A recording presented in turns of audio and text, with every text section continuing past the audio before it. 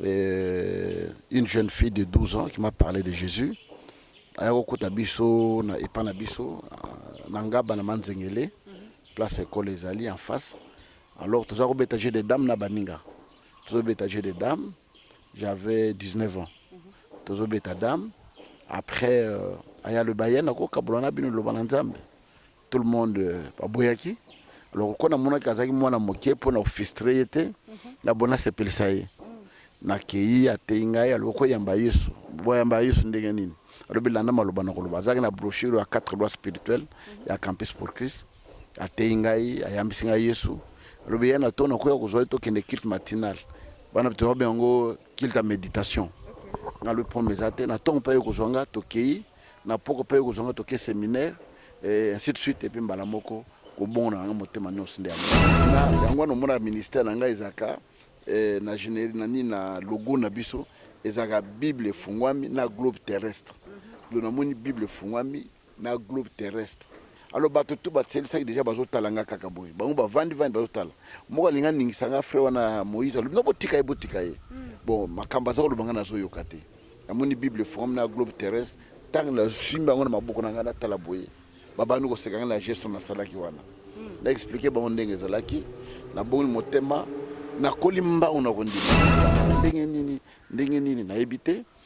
Ba ko inviter ngai na wana babondeli pona ngai ba libérer ngai ba ko inviter ngai na groupe moko na Salongo Nord eza na passé mo baza benga lisungi bula azaka magicien abongola motema alors azaka na groupe de prière wana alors awutaki ko bala ko ba parler baza na kisangani akene ki kisangani akeno lakisa mwasi ya bala ki pa ba parler na ye si ba frère batika laki ba inviter ngai na kenete kuna pendant une semaine après séminaire et na séminaire wana makambo salama Salongo mobima Nord ba yebakanga parce que so na zo te bato zo ko na balabala na bato bazo leka na balabala na bato bazo na mapango voisin bato bazo ko donc plein atika groupe ba 36 personnes 3 mois après au groupe de 500 personnes donc bato ba ya ko kanga bisika na groupe de prière wana à ce moment là sang ebani qu'il y a un jeune frère là frère Jean qui a mis dans masali la cahier ba délivrance ba guérison ba nini alors tango frère Lisungi azongi azongaka lundi samedi à benga non naza ko bondela nzama lobi nanga que au travailler nanga te il faut kende si on a okende so ba jeune père je pense à l'époque wana ba yo kanganga oh non ezina moi mobali mo bona rompo ngaba azo sala ba démonstration magique donc bato bazo kweya bato bazo ganga bato bazo luba wana tout ça ba convoquer na kuna na commune oh non ba luba sala ba magie boina boenga tout na zoteya tant na comme d'abord commissaire de zone à l'époque on était oh mutako boyenga mwana muke boy yeyo tout ça alubi azo sala ba full moko sakana te na komi place wana esili ba lubi bon lelo campagne ko sala te na habité sur les confirmation do confirmer biso ba bina bana na yo oza pe na mwana moko aza rappeur a rappeur na habité rappeur musique chrétienne profane asa la rappeur ndene eza solo non ki oza mwana aza rappeur bon oui nazo mwana sa rap rappeur musique chrétienne non rappeur musique profane d'ailleurs tant à bani musique na moi je n'étais pas au courant. Je n'étais pas au courant, tu es qui en côté, mutumo yeba qui en la famille jeune à 17 ans.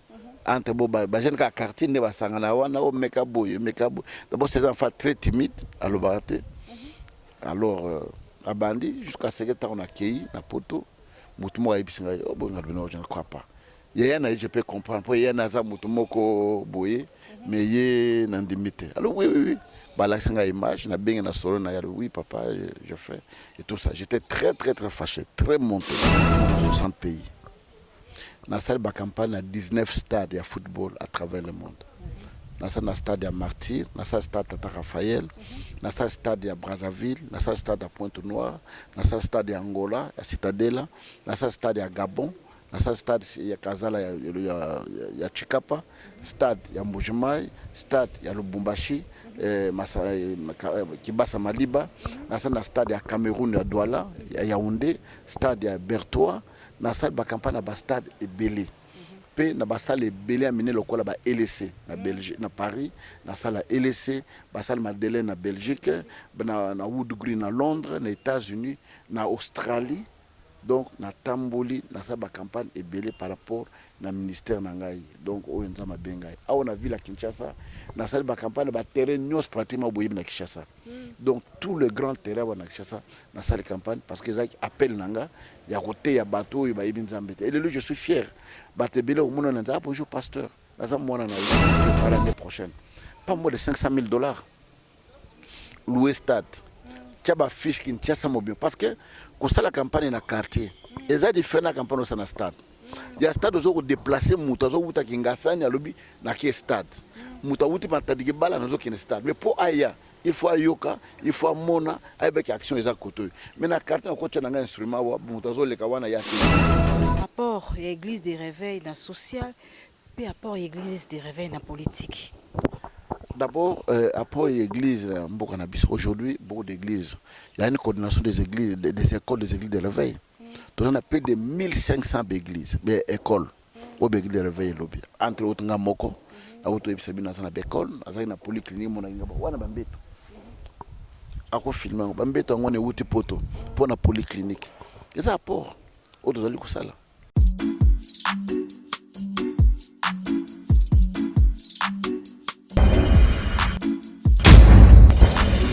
Yeah. Mbote mingi na bino bandeko balandi ya Numérica Télévision. Merci na ndenge boza ebele liboso ba télévision na bino pona kolanda émission na bino Lisolo.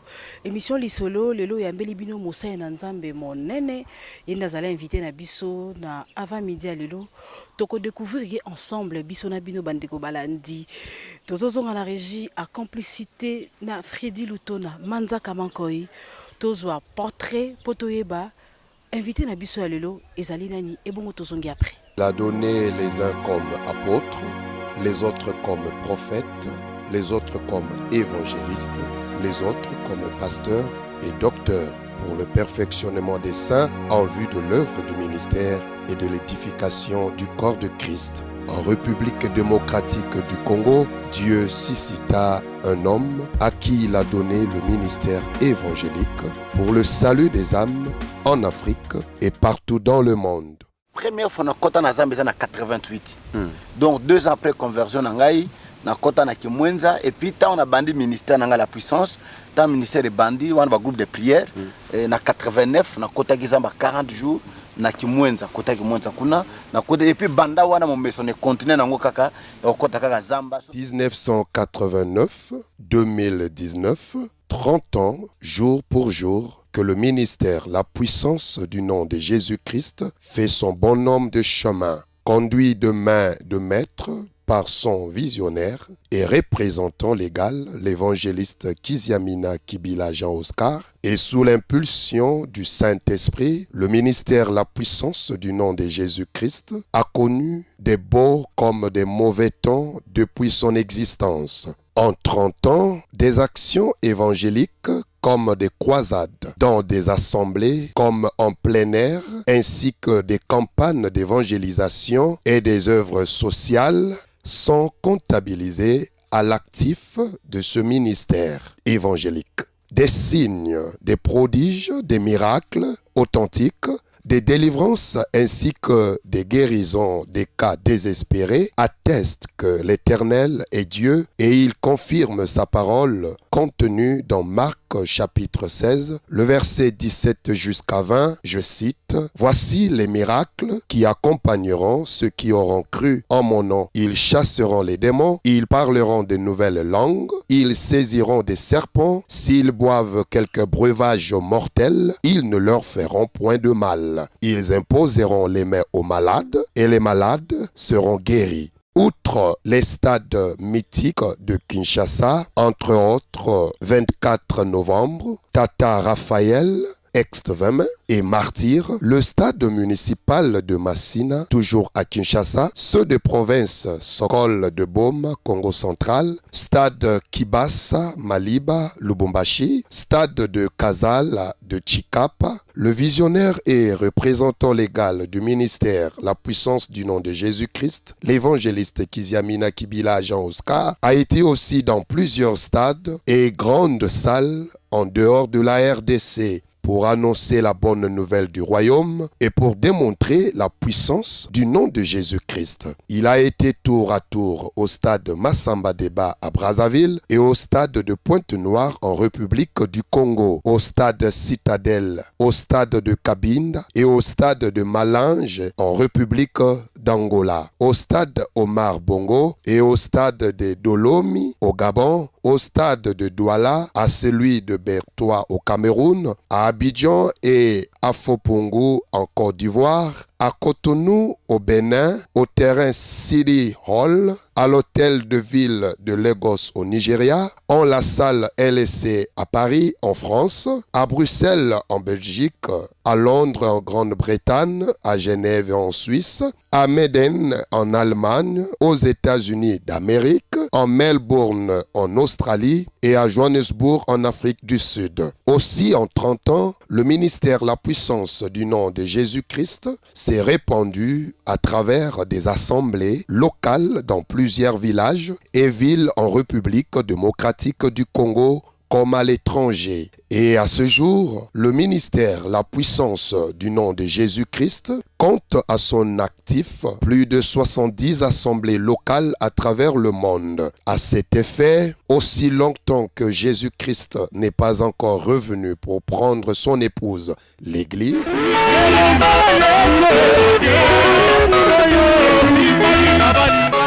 et tant que le ciel et la terre subsisteront, le ministère La Puissance du nom de Jésus-Christ ainsi que son visionnaire et représentant légal, l'évangéliste Kiziamina Kibila Jean Oscar, ne ménageront aucun effort pour annoncer l'évangile de Jésus-Christ afin de gagner les âmes pour le royaume des cieux.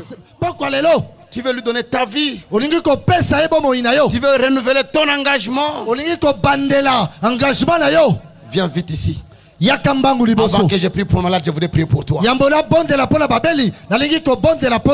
Tu étais découragé, viens.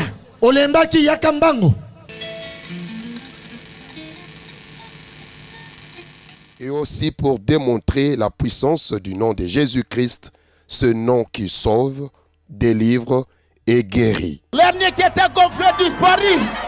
Na kumisi nzambe po na souffrir mingi. Na kendaki tina centre moko na basunga ngata na mbongo na salisa malade na zone yoko nga mingi. Na ke kuna ba ebisinga ke yaka lobby do na zo kendaka mikonyos. Ya lelo na bige na sala tout na leka awa comme ça na la na ndeka na radio. Comme ça na zonga. En tout cas tant zo sambela na kantseka soki ndenga bino na zela na soki sala eloko moko te seke bakosa pona sambela pernios. Mais na moni eloko za te solo.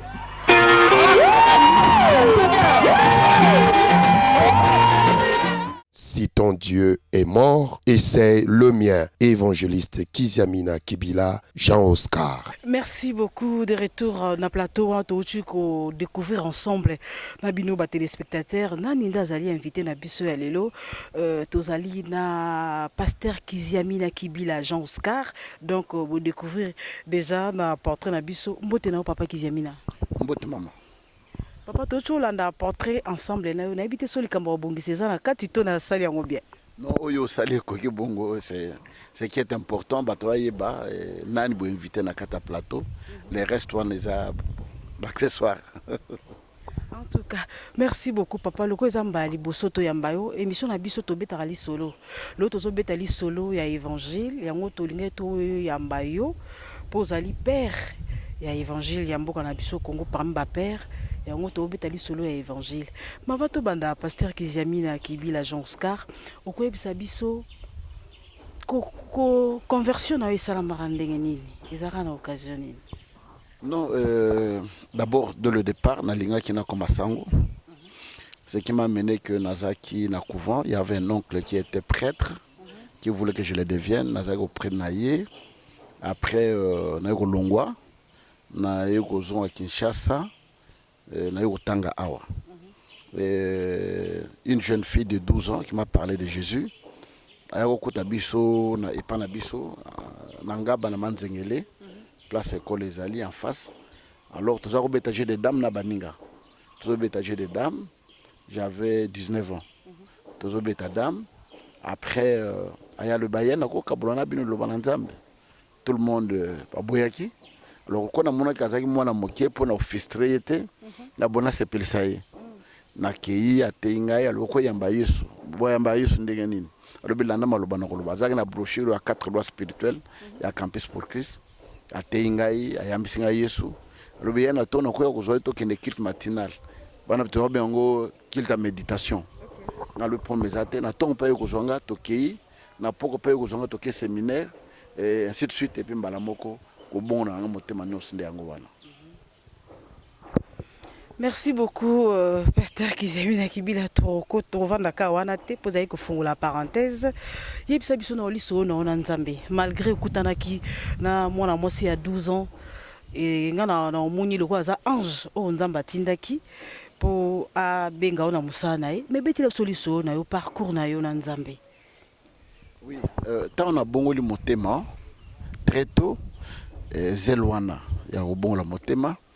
Baye ko bongisa retraite moko boye balobi retraite mo ezali ba obali ba kende retraite bon biso na catholique to zaka soto ke retraite to lia to mela tout ça ndo retraite wana ezaki jeune à 5 à 3 jours alors banana botama na jeune na te loko morote to kana ko kota jeune wana et pas ya pasteur Masamba azako sambela na église à pasteur Kindia Nzangara na rompoenga ba kota triangle kuna. Alors nanda kuna nde tokota retraite wana mudala kama biso na retraite wana frère moko Moïse Kapende afongola ke église na ye ezaki na lemba terministe wana tozabi na super lemba wana biso tozo na foda c'est pas pour tamblokoki donc na retraite wana premier jour to bandi do mabondeli ti to komi pour to zoliate na to bon me bana to kota wa ta oliate ko déjeuner tendenge nini o te to oliate boina boy deuxième jour na kokite donc ba jeune ezolenga donc nazui posa ko kimanga bon lobby ngana ko bita bo lobeto ke sokola ngana ko bima na kimi na ngai mais elo zo comme ça to na ba jeune sœur na ba frère mususu bazaki plus jeune que ngai bazaki makasi ko sambela ou dire bazo genete alors moi je me demande est-ce que bato bazo bimba bazo ke ngolia ou bien ndenge nini pour makasi bongo basanda yango troisième jour na je senga le lelo ngana ko kima tambo lo baket to ke no sokola ngana ko kima mais le frère qui nous dirigeait à l'objet, l'homme mouton socolaté, l'homme mouton bimaté, t'es aussi sa prière. J'étais vraiment au bout. To sambeli, to fond la gêne quand à minuit. Pour tout un système na tangwana, surtout quand il prie à minuit, au fond la quand l'objet na minuit. To comme 20h to bande prière. Prière, to comme minuit, bande quoi na nyos pas vivant to zaka na bango. To comme ça to comme na minuit sikoyo. Nga mutanza ko le lanzala mais nazo continuer quand la prière nazo connaître prière nazo continuer la prière ta bande ko lobi amen nga na lobi amen te nga nazo continuer maboko na ngai kangami ka likolo ti na bandi ko lela nazo lela na monet likolo fungwami na moni bible na yango no mona ministère na ngai zaka na généri na ni na logo na biso ezaka bible fungwami na globe terrestre do na moni bible fungwami na globe terrestre.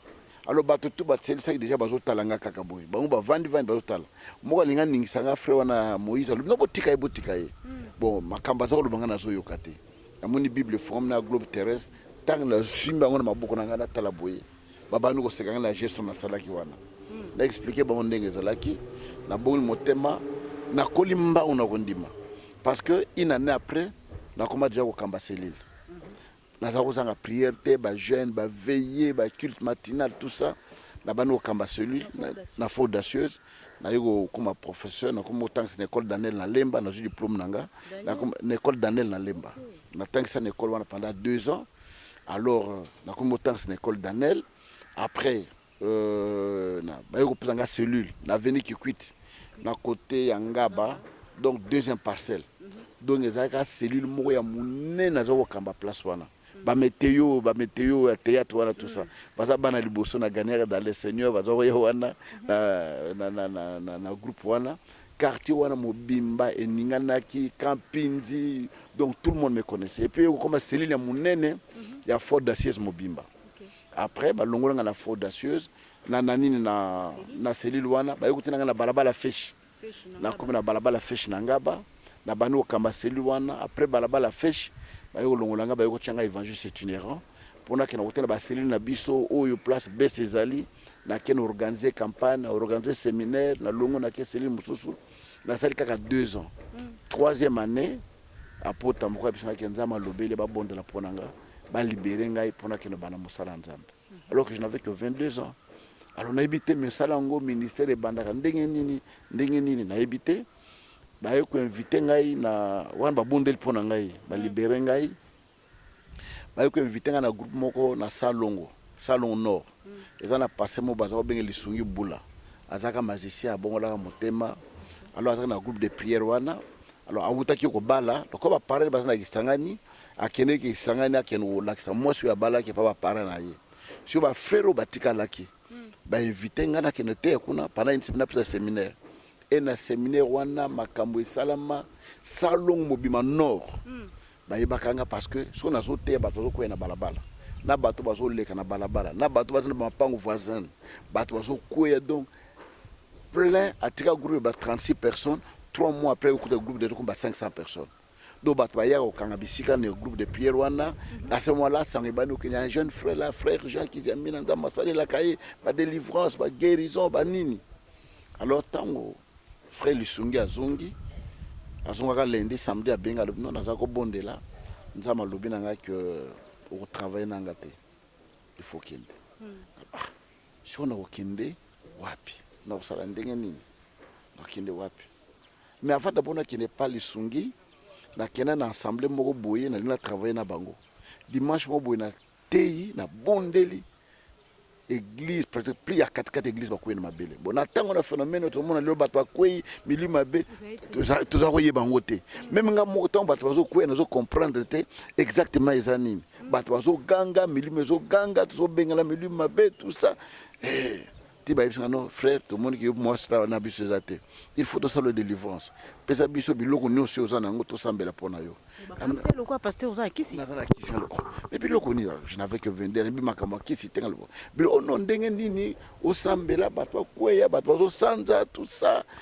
Et ngambo na kumu sambela nzambe. Nzambe longolanga eloko eza katanga batwa kweya ka wana, batwa ganga ka longolanga na bezo ko salela yo. Ba yo ko bengana ndene okine pas Lisungi.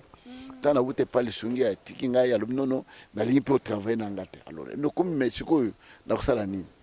Na yo kota jeune na zamba na kimwenza. Wana kimwenza za zamba munene banda kweza te iloko moko te tout ça. Bato ya pe chasse na kimwenza na zamba wana kuluka ba makako bangulu ya zamba tout ça. C'était une grande forêt. Na côte mabonde l'état na bimi to yoko kutana mama moko na rompoenga mama pata. Personnel.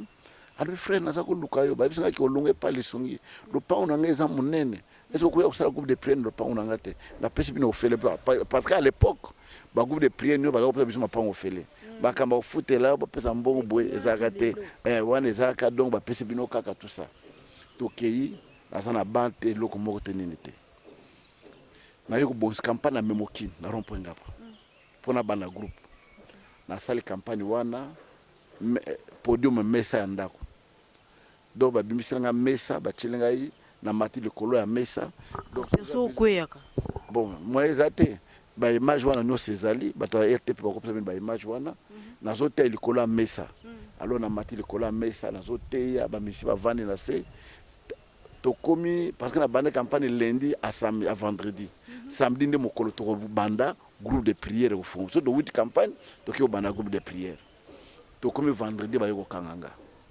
sala ni pasteur yoko kanganga na bato ngaba police ngaba so wana ba so ba jeune père je pense à époque wana ba yoko kanganga oh non ezina moi mobali mo bona rompo ngaba azo sala ba démonstration magique donc bato bazo kweya bato bazo ganga bato bazo luba wana tout ça ba convoquer na kuna na commune oh non ba luba sala ba magie bo ina bo nga to na zo teya tant na comme d'abord commissaire de zone à époque on était oh mutongo boyenga mwana muke boye yeyo tout ça alubi azo sa ba full moko sakana te na komi place wana esili balubi bon lelo campagne ko sala te bolongo na biloko na bino alors dans l'entretemps le côté de la campagne tout ça battre que samedi to za la place telle surtout si samedi to za la place telle tant to vendu to bon balubi campagne ko sala te lobi samedi to ok alors to ke banda groupe de prière samedi na zana kiti te na zana bante to vana likolo ba brique ba image wana pezali to vana likolo ba brique et si mana yango to évoluer sœur moko Marie Claire aza ya famille Mapendo bato basaba musu. Bon petit frère na ye abalaka sœur na biso Marie Claire Kengo. Alors bayo ko pesa biso carrosserie ya mutuka. Epave ya mutuka toke no longola mabaya ezaki na epave poto sala baba. Epave na ezaki wapi na Saint-Luc. To longola mabaya na epave ya mutuka na c'est parce que toza même na mbongo so mata libaya te. To longola mabaya na Saint-Luc na mutu o tozo longola epave mutuka tozo kenango ti rond-point Ngaba poto sala baba. To yo sala baba et yo banda 6 mois après nzamba yo sunga maman mo yo sunga biso mbunda. Nde ministère continue. En tout cas, lisolo yango kitoko so tobi to continuer to koyoka makambo ebele to kosata 2 semaines to betaka lisolo ya pasteur Kiziamina Kibila Jean Oscar auti na Nzambe donc auti musika na Nzambe eza histoire ya lelo te eza musala ya sacrifice eza volonté a mikabaki jeunesse na ye mobimba pour nous la Nzambe yango Nzambe afuti o afuti lelo pasteur Kiziamina Kibila yebisa biso nano église communauté de la puissance du nom de Jésus-Christ et ça na combien d'années depuis bandi to bandi na 89 comme groupe de prière je pense de tout qui a 33 ans 34 ans banda to banda yango et lelo la puissance est na 97 églises à travers le monde, la ville on a 25 églises, tous en Matadi, tous en Kinzamvwete, tous en Boma, tous en Mwanda, tous en na Bandundu, na Masimani, Bape na Bamboka Mususu, tous en ville Bandundu, tous en Lubumbashi, tous en Lisusu, Angola, Angola c'est une église, une quinzaine je pense d'Angola ou une dizaine d'Angola, tous en na Congo Brazzaville, tous en Pointe-Noire, tous en France, tous en 2 églises, moi en a Creil, moi en a Paris. Tous en Belgique, tous en Suisse, tous en Londres, tous en États-Unis, tous en 2 églises, moi à Washington DC, moi à Vermont, tous en Côte d'Ivoire. Donc voilà. En tout cas, l'église est vraiment évangile nayo et tamboli mokimomba pour autant avec l'église, c'est presque le monde entier. Aux en abane belé aux encadré, au travers de nina ba pasteur, na osala système ndenge aux alaki na foi audacieuse. Tous les alakande au sali l'église bongo au implanté pasteur moko tiki à la responsable et tout ça à la réputation. Ok, effectivement, tu travailles d'abord, je suis représentant légal, tu es le secrétaire général. Secrétaire général, ils allaient na inspecteur, au yoba tambolaka pour naninwana, tu es le conseil juridique, tu es le département de finances. Ils allaient wana, et puis na partie du secrétariat, nous avons un pasteur. Après le pasteur, nous avons un département. Département de maman, département de jeunesse, département de papa. Après le département, nous avons une commission. Commission intercession, commission boyer. Voilà, nous avons les parties de Ngwana. Et puis le pasteur, dans l'établissement, même le pasteur va dans poto. Nous avons parti là. Nous avons le visa, nous avons le billet, nous avons installé. Nous avons bandi église, nous avons installé pour nous église na poto. Parmi nos kamba, pasteur Kiziamina, ils ont un moyen moko biologique, évangéliste Keren. N'engnaeba, ils ont préparé pour la succession. Tout les apenza yépe, nzamba benga kiye ndenga benga kiyo. D'abord, naeba ite Keren ateyaka. Donc à partir du réseau. Bato ateyaka bien, invita kaye na l'église mususu, o invita qui était en Suisse. Wana nga na mona na tazote, na mona na la modération te. Invita qui était en Suisse, invita qui était en Allemagne, invita qui était en Côte d'Ivoire, invité boy na boy. Même wana chef d'église ebele invita kaye. Mais nga moko boy na mona ida na côté te. Et puis dimanche na yolo na c'est bon, je voudrais que tu prêches. Bon d'abord na yolo te tanga ya te nga na salaka te. Batobinga no papa mwana zote bien vraiment kera na te vraiment bana nzambe bueno ya solo a solo. Oh bon ça va. Bon attends on yana ko dimanche mon na na meki ate et puis il a épaté tout le monde dans le ministère. Très convaincu. Mouvement ta ko le bakaza qui convaincu. Donc c'est que d'ailleurs la route Côte d'Ivoire va inviter ba comme inviter ba conférence ba mboka ba paya. Donc c'est pas quelque que moi je force à l'enfant. A aussi ça master na droit na Paris 12. Il y a aussi ça le droit pénal. Mais elle est appelée au ministère, elle sert le Seigneur na musala na ye et loko ba forcer ka mutu basala ka ngoma la mutu tika mutu asa loko na volonté na ye na appel na ye na Nzambe nde akundi na musala wana. Pasteur Kizemina Kibila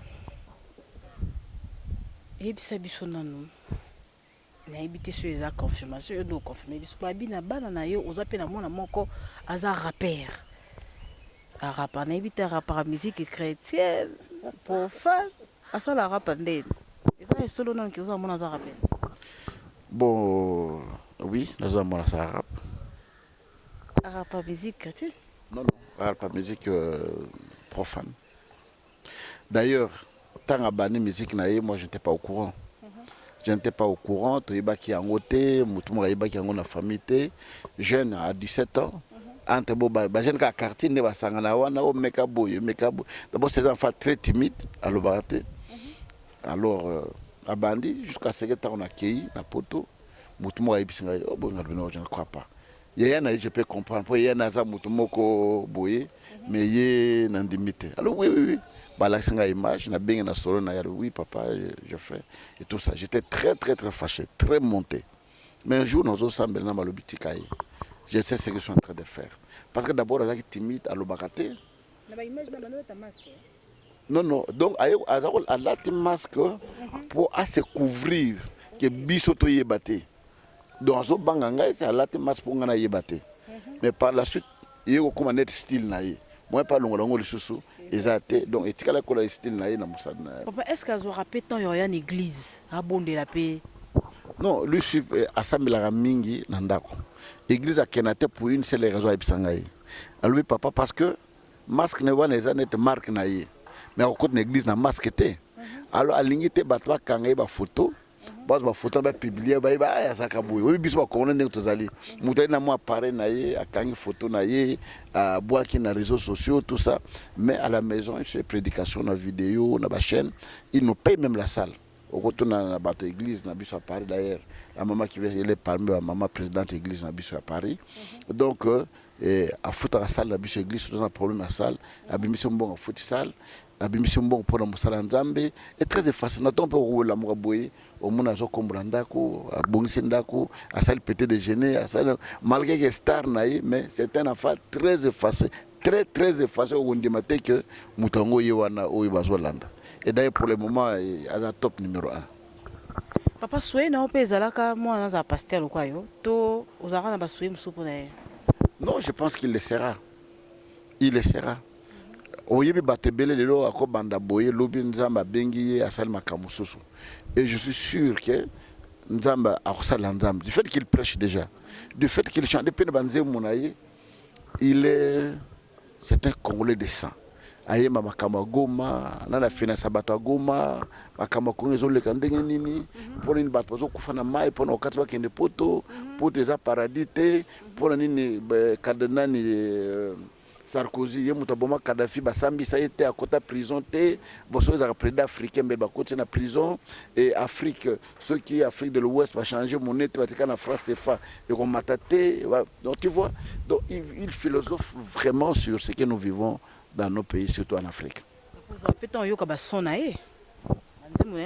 Mais je corrige les sons. Comme c'est philosophique et d'ailleurs thème philosophique na école en France. Merci beaucoup. Papa tozonga na makambo ya ministère la puissance. Papa somba place mo na Mombele. Université. Toyoki susu osombi place église des Asiko pour vous avez ka locataire jusque là. Osombi na maître Toro.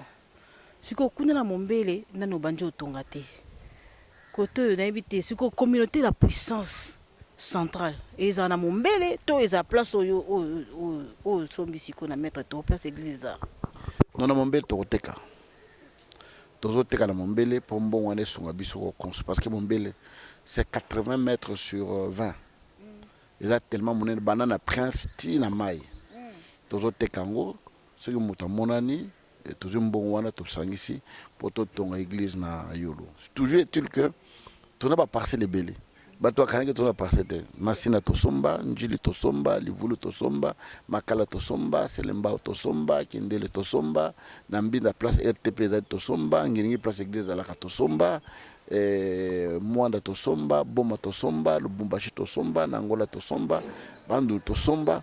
Donc sikoyo toza kosangisa fort pour que tosomba place ya monene oyo totonga église pena ya monene. Alors tant tosomi na mombele tona to banda na université wan tona to banda kotonga bayo bisa biso ke non au place toza wan tozo bazoteka so église mo peut-être que non le quoi to bandia wa to meli pawa c'est meto somba kagawa. Alors mbo tona to banda construction to avancer bango to sil ça so to silisi yango et puis to banda ba travaux. Merci beaucoup papa tozonga susu na régie tozwa élément papa organiser ba campagne minene yawa tozo baka na Kinshasa to bana na ville na biso awa yakini mais atambola pe ba mboka ebele place l'église ezali tozwa image moko ya campagne bande ko la musabato CPC tozongi na régie papa alingi na mona na biso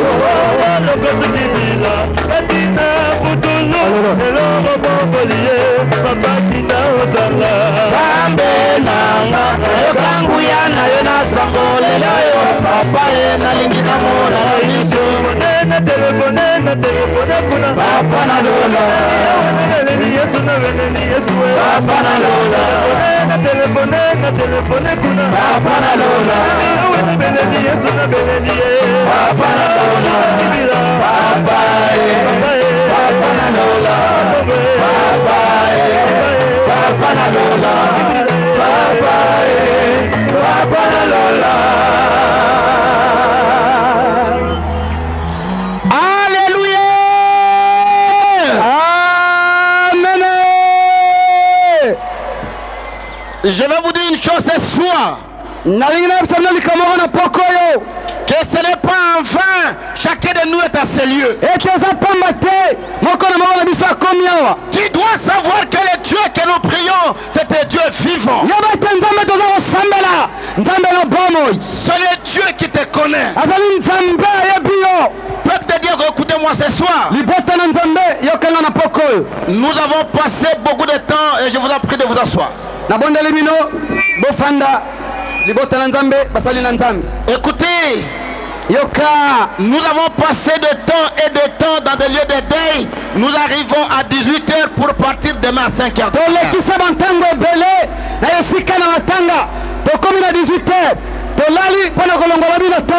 Et on n'a rien reçu. Rien n'a changé. Nous avons été dans des fêtes. Et plusieurs dans ces fêtes ont trouvé la mort. On les a empoisonnés. Rien n'a changé. Mais ce soir, le temps que tu vas passer à ce lieu, tu vas rencontrer un homme. Tu vas rencontrer un homme. Et cet homme-là changera ta vie. Et cet homme s'appelle Jésus de Nazareth. Jésus de Nazareth. Acclamons très fort. Acclamons le roi des rois. Acclamons le Seigneur des seigneurs. Alléluia. Yes. Amen. Amen. Je voudrais m'assurer si tout le monde m'écoute. Si vous m'entendez, vous balancez votre pote. Si tu attends là où tu es, tu balances ta main droite. Gloire à Jésus. Merci. Tu as ton voisin. Serre la ceinture.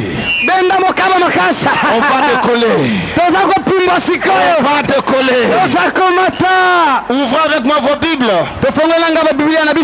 Dans le livre de Jean au chapitre 5. Une vieille histoire que nous connaissons, mais qui sera en actualité aujourd'hui et qui va agir. La Bible dit Après cela, nsima na makambo oyo il y eut une grande fête des Juifs. ezalaki na nteke monene na bayuda Et Jésus monta à Jérusalem. mpe yesu amati na yerusalemu. Or, à Jérusalem, nzoka na yerusalemu près de la porte de brebis, pembeni na elubele na mpate il y a une piscine qui s'appelle en hébreu ezalaki na elubele moko bengi na baebelo Bethesda betesta et qui a 5 portiques. eza na bikoteli mitano. Sous ces portiques na nse na bikoteli oyo était couchée une multitude de malades, elalaki lolenge ebele na bakondi d'aveugles, bamonaka te de boités, bakakatani d'extropiés, bayo babuka na makolo de paralytiques bayo batambolaka te qui attendaient le mouvement de l'eau. bazali kozala koningana na mai Quand un ange descendait périodiquement dans la piscine pete mange azali kokita mbala na mbala na elubela et agitait l'eau. mpe azali koningisa mai Et celui qui descendait le premier, mpe moto azali kokwea na mai mbala na liboso après que l'eau avait été agitée, nsima ete mai eningana était guéri, abikaki quelle que soit sa maladie. ata bokono na ye. Là se trouvait un homme malade depuis 38 ans. kuna elalaki moto moko obeli na mbula tiku misato na mwambe. Jésus le vit coucher. yesu akuti ye kolala Et sachant qu'il était là koyeba ete azalaki wana depuis longtemps, uta kala lui dit, alobi na ye veux-tu être guéri? olingi nde kobika. Le malade lui répondit, mobele yenoli Seigneur, nkolo je n'ai personne naza na moto te pour me jeter dans la mpona piscine kobwaka nga na mai quand l'eau est agitée. ntango mai eningani. Et pendant que j'y vais, ntango naza kokende nde un autre descend avant moi. moto mosusu akia liboso na ngai. Lève-toi, lui dit Jésus. telema yesu alobi na ye Prends ton lit et marche. kamata mbete na yo mpe tambola. Aussitôt, na mbala moko cet homme retrouva la santé. moto azwi nzoto makasi Il prit son lit akamati mbeto na ye et se mit à marcher. abandi kotambola mpe maboko Acclamons le roi makasi des rois. maboko makasi Acclamez-les. tobeteli nkolo maboko. Le Seigneur, tobeteli nzambe maboko. qu'est-ce qui s'est passé? tozali na litatoli moko awa ndeko loba amen, loba amen. tozali na mama moko akomona ye ser angele nzambe asimbi ye na pokwa lelo. mama angele yebisa biso likambo nini esalami? likambo esalami na ngai likolo na bakomona na kotambola pasi me banda wana na yeti awa na tambola Lakisa lokolo wana. lokolo yango lokolo nini mama angele? tambola na bato bamona yo ndenge otamboli. Mama lokolo ya yakana. gauche mama tambola yo evangeliste amona yo. Banda mukoloni noza na malade kolo. Mona ngo eza ki rovimba. 5 jours 5 jours. Siko kuiko tambola longa kolo kima na mbanga na mona na ndenge ko tambola. betela yesu maboko makasi asimbi mama angele. Acclamez très fort betela le yesu Seigneur. maboko makasi. Acclamez très fort le roi des rois. betela nzambe maboko makasi. Namoni mama moko azolela. mama moko azolela awa Eloko nini esala 1004 na vie ya mama oyo. bomatela ye mbangu mbangu mbangu mbangu. sebiminga libanda Yoka. Mama oyo atambolaka matrice libanda. pendant 8 mois 8 mois. nazo sentir lokola ezopenda na lokola kausu nzambe akosala grâce ekende nazonga ndenge nazalaka. Tomla maboko na sambela pona yo. Zambe na nguya. Au nom de Jésus, que ta main puissante sur cette femme, que les matrices reviennent à sa place. Au nom de Jésus. Vase nzamba simbi suru mama moko mama kombo Germaine. Maman ozole la pona nini? Il y a un miracle qui s'est Poussana passé awa, dans mama, mama poussana Germaine awa. poussana. Maman ozole la pona nini? Eloko nini esala na vie na yo?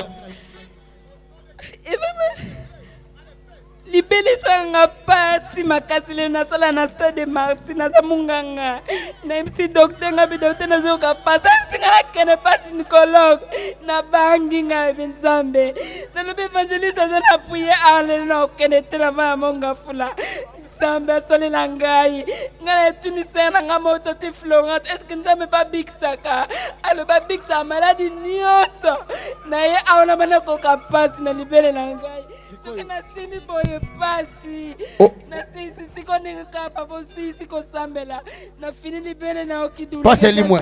Simbango nani yo moko. Simbango na yo moko. Badouleur elimwe na libele na ye. Oh, reçois. Que le fait de guérisse soit guéri. Au nom de Jésus. Yes. On acclame très fort le Seigneur.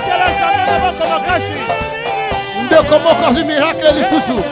Waouh. Gloire à Dieu. Frère Yaka. Neko Yakambang.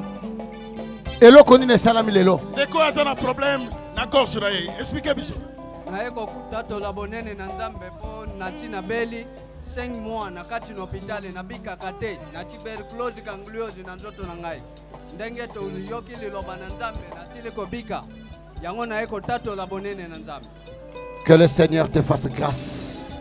Sois guéri, quelle que soit l'origine de cette maladie. Merci beaucoup, les Korangai. Wow.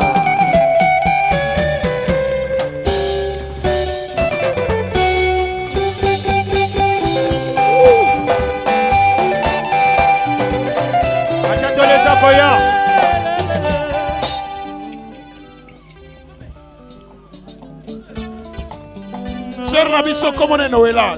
Dieu a opéré un miracle dans Katina Vinaye. Et l'eau connaît les salami. Oh! Et l'eau connaît. Waouh! Acclamez très fort le Seigneur. Tellement. Et l'eau connaît les salami.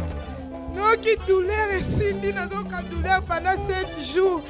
Mais non, quand vous êtes dans le là, et là, on met des missingaka na ya, attends na ya, attends le bito bonde là. Mais non, c'est senti na doki douleur et Cindy, on a comme Cindy na bien encore. Reste ton miracle ce soir. Merci beaucoup. De retour na plateau, tu kozonga susu, tu mona ba image wana, ndenge nini ba croisade et banda ko salima. Pasteur Kiziamina, Église des réveils tangoyé. Tu qui a ba croisade de tout monde, ba croisade publique, ba croisade évangélique. Trop comme en place na olingana koma, et on a chaque image wana. Mais yebisa biso idée wana ya kosalara ba croisade wana. Ezaki nzamba lobela kiyo, to ezaki yo moko monaki. OK côté nzambe partout ezaka en église na ote za mondimi na ote. Mais va participer, va bénéficier dans l'Ilobanzan, Bendo Bando organiser la croisade. Non, d'abord, nous sommes évangélistes. Nous sommes aux apôtres, mais moi je préfère bien aux évangélistes. Un évangéliste, c'est un mouton qui n'a pas affronté Batou Baïbin Zambete. Et c'est comme ça, dans le ministère Nangaï, nous avons 60 pays. Nous avons une campagne dans 19 stades de football à travers le monde. Nous avons un stade à Martyr, nous avons un stade à Raphaël, nous avons un stade à Brazzaville, nous avons un stade à Pointe-Noire, nous avons un stade à Angola, à Citadela, nous avons un stade à Gabon, nous avons un stade à Kazala, à Chikapa, stade à Mbujimai, stade à Lubumbashi, Kibasa Maliba, nous avons un stade à Cameroun, à Douala, à Yaoundé, stade à Bertois, nous avons un campagne à stade à Bélé.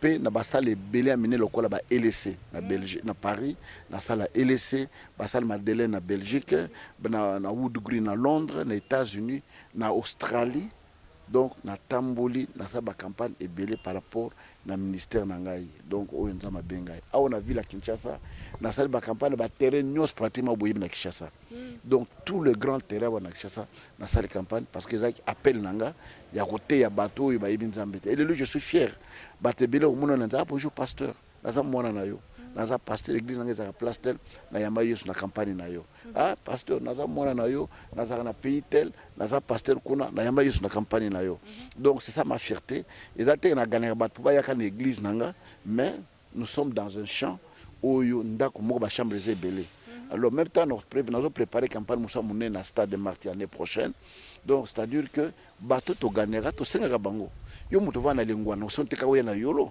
l'église musta lingwa les ali qui nous ressemble et d'ailleurs dernièrement nazaka na réunion mo na ba passer mo ebsinga ezana maman mo baza directeur no fida asombi le biso le pang maman wana yamba yusu na campagne évangéliste Kizamina na stade de Martyr tanga yamba yusu comme une église na biso yimuta asombi le biso le pang l'église c'est une fierté pour moi c'est une grande bénédiction pour moi na kena Lubumbashi ministre moko ya provincial dans Lubumbashi à moi si alors papa j'étais encore étudiante nayaka na campagne na yamba yesu lelo naza ministre à partir campagne na yo. Il y a beaucoup de gens comme beaucoup d'autorités oyo babika à travers le ministère nangai, donc je suis fier de ça. Mais lelo tozomona ba croisade des la société comme il plus ba conférence ba convention. Yo point de vue nous anini par rapport na église et matito ekiti. Non, il y a une situation qui est réelle là, mais batte belé non parce qu'ils aiment menacé là naie. À ça sur ba campagne té boy na boy, c'est vrai. Tant na tongi té batte bazo critiquer nga. Baninga bazo tonga qu'ils aiment nazo tonga té. Voilà. Mais lui tout ça mama menene oko kosomba lopangu té. Qu'ils aiment na ya tonga té baninga boy na boy. Tant baninga bazo tonga na sa ba campagne d'évangélisation. Le campagne moi coûte combien? C'est dans les 300-400 000 dollars. Na financier. Mais quand ndé na tambola katé. Na kena na Gabon mokonza mboka wana yambanga apesa même avion yoko tingati na aéroport Angile jet yoko tingati de la tina aéroport Angile apesa nga mwana na yo aza président accompagner nga to keno pema na mboka na bango papa mbola na kena na Côte d'Ivoire ba yamanga na président na Côte d'Ivoire na kampa na salaka na kena na Angola bato bin ma Brazzaville ba mbongo wande ngwana za gozo suna sangisi na tchango na musala nzambe pour la campagne. Voilà pourquoi nous avons côté na bani ko tonga à peine. Nous avons à peine. Donc nous avons locateur parce que je m'étais donné à fond l'évangélisation. Alors bato za mona ke muto za important, aza muto atongi. Biso bato sa be évangélisation bato bika to sa osale loko mokote. Même bato église pe comment ko déranger bon. Mais ngab na mutu nanga bakamo tonga plutôt église za kité. Dans na beno za kana terrain moko boy bato ina te bango le banza ba bongo le mitema tout ça. Mais avec l'évolution de la modernité aussi, le bon tout tika ba campagne nano to sanini to kon lazara na partenaire te. Bana lazana musala nzam na mboka oyo congolais moko ta ya pesa $10,000. Azate. Soka zana ba merci beaucoup nzambe motel. Azate. Alors ba campagne nyos na sala kawana na finance ngo ngamoko na ndamo bato église. Donc à 90% ngamo na financer 10% apport ya église. Alors, tant que nous avons une construction, tout le monde a un lopango. Alors, nous avons un lopango mokete. Nous avons une église, nous avons une ville à Kinshasa. Ça demande beaucoup. Ce n'est pas des potes, nous avons un crédit, au fauteuil pendant 25 ans. Ici, chez nous, tout se paye cash. Alors, c'était tout un problème. Voilà pourquoi on a tiré la campagne d'évangélisation pour notre construction. Et ce campagne de Salamatélilo, parce que la campagne, net campagne, nous avons préparé l'année prochaine. Pas moins de $500,000. Louer stade. Tu as fiche qui est mobile. Parce que quand la campagne dans le quartier, ils ont fait la campagne dans le stade. Il y a un stade où ils ont déplacé Mouta, ils ont fait un stade. Mouta, ils ont fait un stade. Mais pour Aya, il faut Ayoka, il faut Mona, avec action ils ont côté. Mais dans le quartier, on a un instrument, Mouta, il y a télémi. Il y a télémi au la campagne. Mais dans le stade, oui, dans le stade, il faut déplacer bat. Et pour nous déplacer bat, on a la monnaie dans la ville. On a combien d'affiches? Ne pas qualité d'affiche dans la salle ou affiche on a moins que $5. Bon, ça c'est 40 000 affiches. Ou bien 24 000 affiches pour 1000 affiches par commune. Fois $5. Et puis c'est combien? 120 000 dollars qu'il y a affiche. Il y a une banderole, il y a un panneau, il y a un louer stade, il y a un louer instrument, il y a un louer groupe électrogène, il y a une publicité, la radio, la télévision, il y a un internet, intercesseur, protocolaire, tout ça. Et ça, les lois n'amènent. Et tout ça, les gens ne voient pas. Même tant que nous avons lancé que dans la campagne, nous avons $10, $50, $100. C'est difficile. Bato tellement que non, ana yo campagne ezali na za mwana nzambe na za femme d'affaires na teka na zandu na sa même na sa église wana te mais campagne ezali tika na pesa $1000 $200 pour nous sanda bato pesa raté les gens ne font que nous critiquer à mon astra sur ba campagne te asila na ye donc na za mongo te pour na sela mais na ba mboka ba pa ya place na zo kende bato na sa makamza mazo ba président ba yamanga pour ne linga wayam na ibi bango. Mais bon, il y a des gens qui ont des gens qui ont des gens qui ont des gens qui ont des gens qui ont des pour dire que nous avons une maladie de ne pas valoriser la valeur de la nous, quand nous partons ailleurs, je suis reçu par les autorités, les motards, les hôtels, tout ça. Je dors à l'hôtel, mais je garde à la porte pour nous sécuriser. Mais si chez nous, bon, comme on a toujours dit qu'un prophète n'a jamais été honoré dans sa propre patrie, nous sommes que tous ceux qui n'ont pas dit Cameroun baya ressemble dimanche l'église awa baya samedi ba samedi dimanche après que na pour basim de la bazongi tozana bato zo wuta na minute tozo ba awa na yo tozana bato wuta Gabon baya kolanda pour la prière. C'est pour dire que nous faisons un grand travail malgré dans notre pays on n'est pas honoré et puis en place situation économique il y a beaucoup de tellement difficile au moins dimanche il y a 1500 2000 personnes au franc de $800. So mouté na 500 francs pour y avoir $1 au moins 5 personnes ba pesi pour ça $1 à pamba 5 personnes mais dans beaucoup mosusu so mouté na 10 €, bien 5 €, c'est le minimum.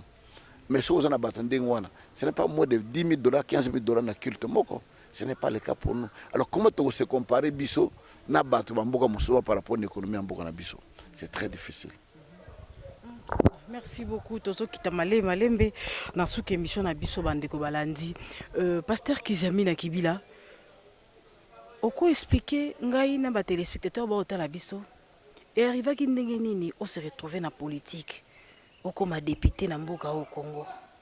Ezali ka appel Nzambe to mona ka musala Nzambe ona osala ngo mingi retour à malonge ate quand ochulo ba mambo franc des araté ba osunga batute lokwa politique nde bat baloba za mbongo mo facile ozono so côté na politique oza facilité ya ba makambo ebele yango okendaki osala politique pozwa mbongo otonga église okokisa ba rêve nayo. D'abord on a observé le comment que nazaki patron à 22 ans. À 22 ans, déjà, dans une école privée. Deuxième école privée, dans Ngaba Mobim école Langa. Lelo na tonga école wana 3 bâtiments en étage. Ban batanga ofele.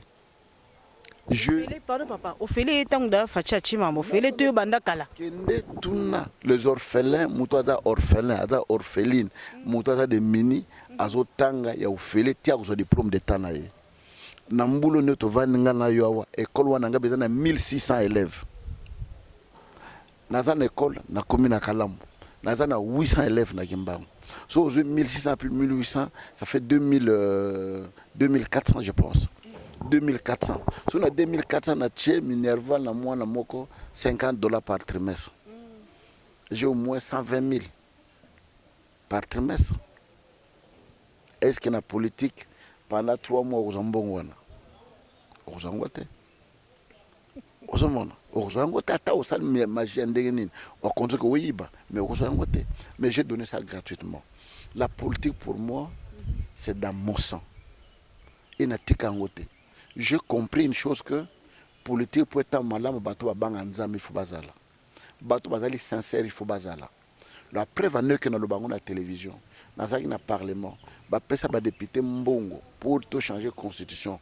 Mbongo, j'étais parmi le seul qui avait refusé cet argent. Le Père son âme à Talinga Lobby, je crois aujourd'hui qu'il était serviteur de Dieu. Et d'ailleurs, dans la politique, nous avons souvenir à ta mon côté. À ta bouton, tu as un bon dans la politique. Attends, je vous explique. Tant que tu as un mituka liboso, ba pesi biso mituka yanga na ye nango ti église na yo na côté nango na église, je contact na pesi na église. Bozo boteka mbongo chapona cha parcelle. Awa na Kishasa. Oya suka mandat tant ba pesi biso mbongo wana. Na zui mbongo wana na somi yango cha na télévision. Na teki. Na tika ngo na musala ya Nzambe. E ba sale baza ko pesa biso, me permettez ba mapango na zolo ba wana nyos ngamo mu na sombi. Église sombi ata lupango mo côté. Je parle à la télévision. Ma pango tout aux anangos ngamo mona so ma pango na pesa en église. Le pango église o tia cotisation to somaka oyo. Ya kapela auto ling to somba wana. Mais toutes les parcelles on attend na ville à Kinshasa na soma ngamoko. Je donnais à Dieu. Alors, je n'étais pas pour ça, j'étais parti pour contribuer na moi maïl mokena zanango natia et j'ai étudié dans la monde qui font ça la politique. Je suis allé à l'université en 92, j'ai terminé en 97. Comme licencié en sciences politiques administratives. Alors moi, mon Kenazui, Penacha, connaissance na Katambo. Et je fais ce que je peux faire. Les lots, quand Luka, ils en ont courant, ils en ont maille. C'est moi qui ai fait l'interpellation au ministre. Question orale avec débat dans l'Assemblée pour Aya. Les lots, tous en ont loi ya sport, dans Bokanabiso. C'est moi qui interpelle le ministre des Sports, Kaliba, pardon Kaliba. nga mon interpella ye lelo oyo bazana nzela babenga Lumumba apartia appel pour que no bima na 12e rue mbongo Union européenne ndenge kene ndenge c'est moi qui interpelle papa moi mbongo mo eza boy mbongo wana bima basala nzela wana c'est moi qui interpelle ministre affaires étrangères pour na ndenge bazo koteka ba ambassade na biso par-ci par-là nga mon interpelle je fais ce que je peux faire mais le kola nazaki muto liboso ko na porter pasteur ou nous nazo kosala bato bazo komona te bato bazo komona kama ba pasteur mobimba côté politique ya pengui ezala kate boy na boy mais mosalo nazo kosala na kati kuna bato bele ba bakite. Tant nous avons carte député, nous avons lutté à faire que l'État nous subventionne l'église. Et quand on a budget, subventionne l'église, il faut appeler ça 3 millions dans l'église. Mbon est bien budget à l'État, mbon en baliango. Mbon en baliango parce que moto hollandais lango azate, tant biso to longwe, ba longo lango. Mais ça na carte budget, kende o komona yango. Je fais beaucoup quand j'étais là pour les églises et soit pour n'importe na biso. Mais malheureusement, tout le monde ne croyait pas. Bah écoute, ça qui amène à boya, bah ça va fonctionnaire mbongo tout ça. Il y a mon mbongo na besoin de oh yo mboka moko et ça trop bas. Comment député monga ko pe sa projet de loi yé et le katé. Et puis il y a mis balé. Est-ce que na parlement ni ba senga batou, banan balinga ba sa salaire, banan balinga ba sa salaire té. Et le roi neza la katé. Mais le Congolais combat bi que to tanga mingi to bi makamo mingi té. Les gens ont crié à ça et à 2011 tant aucune élection, c'était difficile dans les cas. Ah non, aloba bato football fonctionnaire te ya kasala boyina boy to moni loko passa na parlement tous les pasteurs étaient contre et c'était une diabolisation pour nanga mais malgré ça na gagné l'élection na kei ba invalider nga na ki na porter plainte na gagné procès tilelo ba futa mbongo wana te parlement reconnaîtra que balongola nga na ndenga mabe pour na créer une union interparlementaire ba tindi délégué aya pour négocier pour na biso to yokani to signer. Lelo, ça fait plus de 10 ans qu'il va peser 30 cm. En tout cas, il y a papa, apport et l'église dans le Congo, apport et l'église des réveils dans le social, puis apport et l'église des réveils dans la politique. D'abord, apport et l'église aujourd'hui, beaucoup d'églises. Il y a une coordination des églises, des écoles des églises de réveil. Donc, on a plus de 1500 églises, des écoles, aux églises de réveil, entre autres, Moko. Auto ebisabina sana bekol azali na polyclinique mona ngaba wana bambeto ako filma bambeto ngone uti poto pona polyclinique eza apport auto zali kusala ba matela nango na katandako donc bato compare biso na l'église ba catholique ba protestant ba moyen o bango bazana yango biso zana yango te bango bazwa chance ba missionnaire ba yeba tongili bango ba école mais biso bana ba missionnaire ba kena ba école bon biso moto tongi. Exactement. Bango battere muso bazo zongo fait pas l'état. Est-ce que biso l'état perd biso lo? Et le côté l'état perd ba subvention de l'église wana. Est-ce que biso perd biso lo? Et le comme côté nous nous battons avec nos moyens de bord. Moi ba mabonza mike ba ma bazo teka makala fufu bazo teka nguba tout ça moi mike wana tout ça là auto tout ça là lelo. Il faut nous en féliciter. Ce n'est pas facile. Ça c'est la première des choses. Et de deux, en politique nous n'avons pas un grand apport. Pourquoi? Parce que biso moto rôle dans politique. Moi, je m'apporte exact. Mais maintenant, avec, il faut comprendre, aider Nangaï, et Dieu merci. Si les Congolais, les pasteurs congolais étaient sincères, il fallait peut-être passer ta médaille. Parce que je souffert. Et mission ni nous la télévision, est-ce que passer à la politique? Exemple, le pasteur Gizamine. On dirait que j'étais le seul pasteur dans la politique. Et sur la casté, même ministère en Ambele Koufa. Parce que le pasteur en la télévision, parce que le pasteur à côté politique, à Pengu, à Zambete, combien de pasteurs sont députés, combien de pasteurs sont sénateurs, combien de pasteurs sont ministres, combien de pasteurs sont dans l'entreprise. Par mon courage, la Fonla Ginzela et les Lobatnos Bakinan. Et moi, je suis fier. Je pense que dans 10 ans, 20 à 30 ans, nous avons beaucoup de apport. Il y a besoin d'église dans la politique. Merci beaucoup, papa. Le RSC est chapeauté na prophète Dodo Kamba. Vous êtes toujours membre tout? Non, nous sommes membres. Parce que nous avons la RSC. Statut RSC, nous avons un statut. Mbongo bafuta ya F92 ngamutu na futa ngamoko makamutu ngamutu na sala ngamoko na kata RSC. Mais dans la marche, et la vision qu'on a RSC dans le salango, dans la statut, le règlement d'ordre intérieur, ma communion soit, et ça qui est tamboulé, ils ont tamboulé l'autre. Dans la salango, on a formé la SCC, dont on a la communauté. eza te église moko ezaka na kinsuka ekoti na RC na kati institution église moko ezaka na mbandale mais ekoti na moi ko contrôle eza te tolinga bato basa ba plateforme wana ekoti na kati na RC soki réunion ezali tobengisa baprésida baplateforme ndenge net synode ezalaka babengisa bapasteur bareprésentant ya bacommunauté bochege na bango so bareprésentant wana baki otala makambo baeglise na bango c'est par là naye kosala CPC Congo pour Christ comme plateforme ntango ebandi kokende évolution ekombaki makambo ebele à telle enseigne que mandat na biso c'est là qu'il faut tokoba na mandat non mandat na biso c'est tokoba te alors force j'ai dit non je ne voudrais plus c'est comme ça je me retire na RC. Pasteur Kiziamina tobanda omona liboso église des réveils et même qui mouvement évangélique après tu as comme un mouvement prophétique tu as découvert ba prophète le cas ba Jérémie Maemba tu as ba prophète le cas ba Denis Lessi après tu as comme on a l'église mususu ils ont ba mususu ba te un message à délivrance mais ba mususu ba te un message à grâce message à délivrance ba boyango ba mususu ba te un message à grâce ba lingi à délivrance te na mukuso ko yebisa biso confession église des réveils et ça va manine. D'abord il faut voir malamu que église des réveils c'est église mot pluriel. L'état na biso azo définir église des réveils boy. Église nyonso na Congo.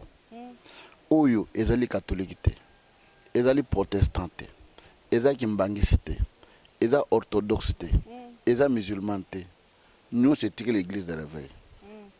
Ezala bangunza ezala kikukusa ezala nini nyonso batawonda nyonso wana babengo église nini de réveil et na kati église de réveil tozana ba source ebele bamoso ba wuti nzambe malamu bamoso ba wuti KDC bamoso ba wuti église protestante de missioni bamoso ba wuti ba lecture de la Bible bamoso ba wuti na renouveau charismatique donc ils a pluriel bato na bato bazana doctrine na bango bandimelaka ndenge bazo continuer mais pour nanga eloko za plus important muto ate ke Yesu aza mokonzi mo bikisi na biso Yesu aza na centre ya nyonso oyo nyonso tikali mosa teya te lata kitambala kolata kitambala te tambala makulungulu là moi ce sont des choses que je n'en tiens pas compte parce que le biku na biso ezana kotambola makulungulu te ezana kitambola te ezana boete mais le biku na biso ezana muto ya Yesu lokola mokonzi pe mo bikisi na ye point entrer je m'arrête par là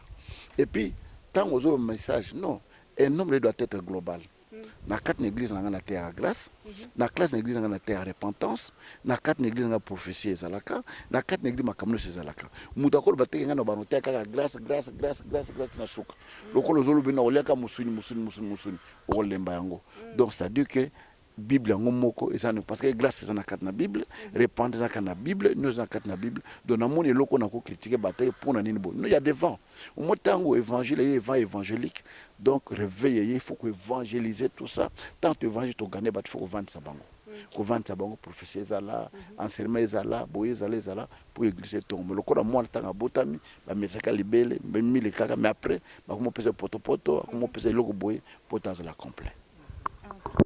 Merci beaucoup pasteur Tokomina Souka mengna yeba relation na yo na papa Tambulukoki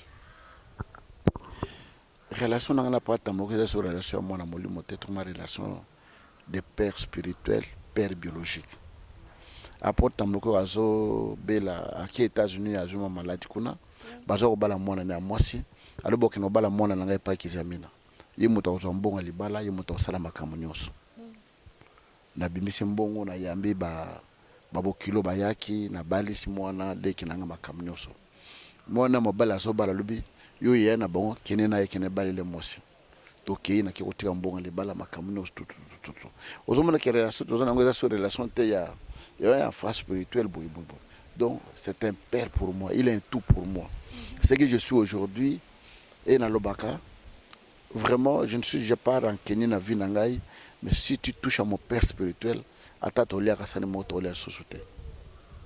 je n'accepterai jamais cet homme à travers lui les longa qui aiment sur bayebinga ils a ba classe na tangate ils ali famille nangate maintenant évangile oya teanga na nzela oya lakisanga et comme singa mutu lelo alors je ne peux jamais tolérer ça. C'est un père pour moi, il est tout pour moi et je le respecte. Dis-moi kenda kuna. Wana botuna. Si on a un dim nanga na kena opesango. Na zangi sakate. À part dim. Sauf cette année ici parce que nous sommes un peu malades. Nous avons la fin de l'année, nous sommes tabac, nous sommes sauce, nous sommes boy, nous sommes boy, nous kikotika. Mais si nous avons na ndaka papa na mono kiti za malamu telo boy za malamu telo bise pété. Na sommes na chena mutuba kikotika pana ye. Donc c'est un père pour moi. Le père ndam soka pa mo na zum bon ebeli, na sombe le père le père na tongile ndako le papa ndako za yayo. Donc là ce sont des fidélités. Makambo sala papa na bano yo boti pe spirituellement basi basala obongo. Oui, ya ban basalanga mutu ko nazo tamula nango ya sika na basache. Mwana nga mo église mutasombela inga.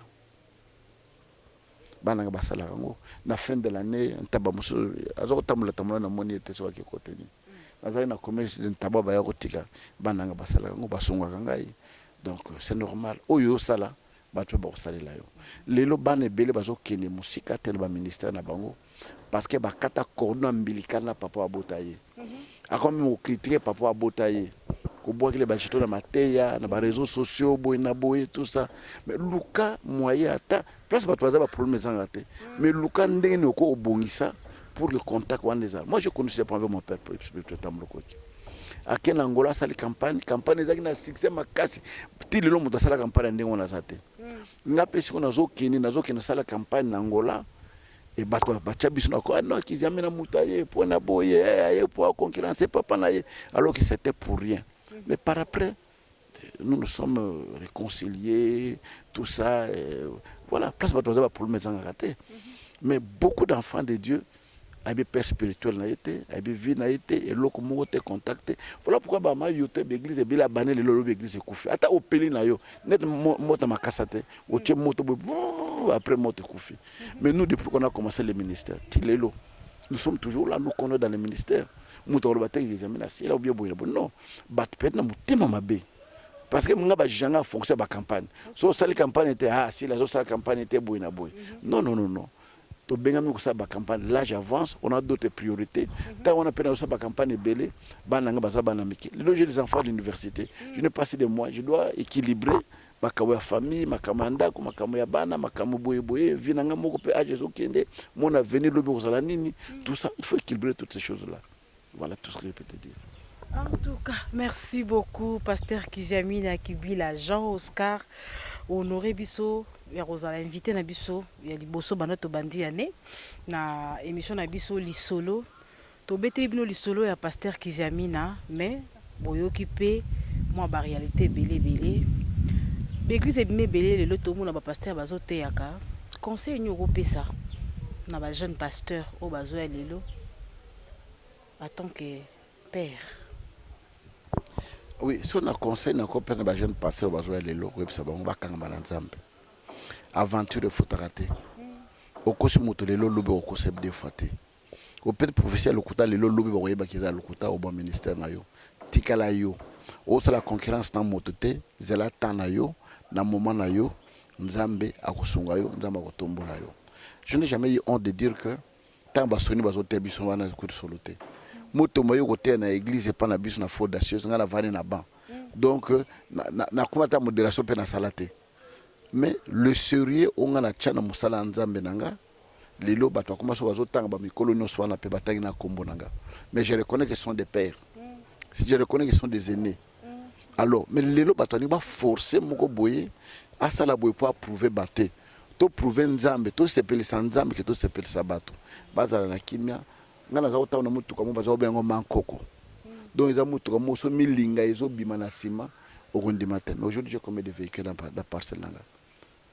Combien ils ont voiture mutu musuna tambula nangote na forçate loko mokote nindite na zela ta ya nzambe asungi ngai.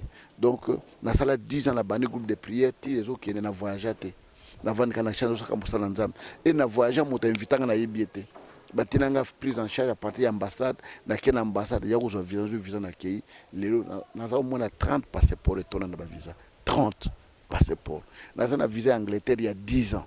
Net nous sommes en 2021, tina 2031. Donc nous sommes ambassade d'Angleterre. Nous avons visa aux États-Unis. Donc tout ce que les gens cherchent, c'est aux assurés dans Nzambe. Voilà pour dire aux jeunes serviteurs, base à la surveiller dans Moussala Nzambe, Nzamba foutaka malam. Azama fout malam, Nzamba ko fout le cola nandoto. Okana ki kutute. Na kena na mboka Gabon na sali campagne, mutu moko na tongo aye ko tiranga $100,000. Alors pasteur Nzamba lobe na ngai na ko pambola yo na moni musala osali Nzamba toucher na mboka ngo na soma lopango ya RTP na sala pylone na somisha na télévision na sama kamnos na pesa ngo epa na Nzamba. Na kena na mboka ebele oyo Nzambe asala makambo moko boy. On a lota kutute. Alors na forcer pourquoi? Donc base à la série, base à la Nzambe, Nzamba ko pambola bango. Papa, vous avez effectué un voyage moko na mois de janvier na Congo central. Bita voyage avec ni. Non, na keno kutana ndeko, un ami, un aîné, le président de l'Assemblée provinciale ya Bas Congo, Jean-Claude Mwemba. Kosoron pour makambo mboka, kotala comment province ko tambola na bécole, banini tout ça. On a partagé de tout et de rien et puis ko présenter ba civilité na ngai. Merci beaucoup. Yasuka. Ba ipsa biso to ka solomo be pasteur Kizami Nazaki empoisonné année passée. Non, les sacs empoisonné. Nzamba laksa yote. Na kholo ba tenda malakisa ngai. Na joie traitement nzamba songa ngai, je me porte bien. En tout cas, merci beaucoup Tokomina Suka, papa biso pe tokoyiko kabana boete, toyambio tozana besoin nzambe na yo wa sali liyo na ministère, asali la pe biso na musala o to sala tozana besoin to mona loboko nzambe na yo et sala biso bi papa obaka libanga. Ah OK. Tozana besoin que musana bino ko kombosi mabakisi trop ba bisinga ba journaliste ba kombosi makisi ba théâtre boyina boy. Alors que c'est uta epana nzambe et uta bakisi te muta kosote. Sala musano kitoko ndama opambola yo. Papa, nalingo bondela pona biso. Pona émission na biso oyo, lisolo eze émission e bandi ya sika nalingi lisolo nango pe beta mamoke mobimba. Ndenge komona tanga mamoke mobimba. To bondeli. Nzambe bandeko balandi biso na yebe ke mate ebele eleki na nzela ya émission oyo bisika bazali. Mate wana etouché moko na moko bakende liboso na yo, babongola metema opambola bango. Natiki émission lisolo na maboko na yo, natiki na Dej cameraman équipe mobimba ozali ko travailler na yena maboko na yo, fongola bango ba porte ba horizons, ba opportunité, ba frontières et pambola bango na kata mosala oyo na kombo na Yesu. Amen. Merci beaucoup Tokomina Suka ya émission na biso bozali ki ebele otala biso partout dans le monde bato bo otala biso pe na Ibwa Congo télévision eza chaîne nanga ya YouTube bo s'abonner massivement bo partager bo aimer bo liker po peut-être so makasi ya kotambola ko lukila bino ba invité depuis France na pesi bambote na Wadon Fumu motomoro bien Grados Kiala Liambi bambote na ope et puis na Kin Awa na pesi bambote na prophète David Maweja Mukeba na pesi bambote na bana ya pasteur Kizami na waba songa kibiso poto za contact à papa pasteur Patou Bokabanza en tout cas bambote na yo na moni pasteur bienvenue yemweni na peso pe bambote ebele bambote ebele na bino surtout merci na Jordan Kambala azaki na sima caméra merci na équipe mobimba potika malamu na banda kuna bino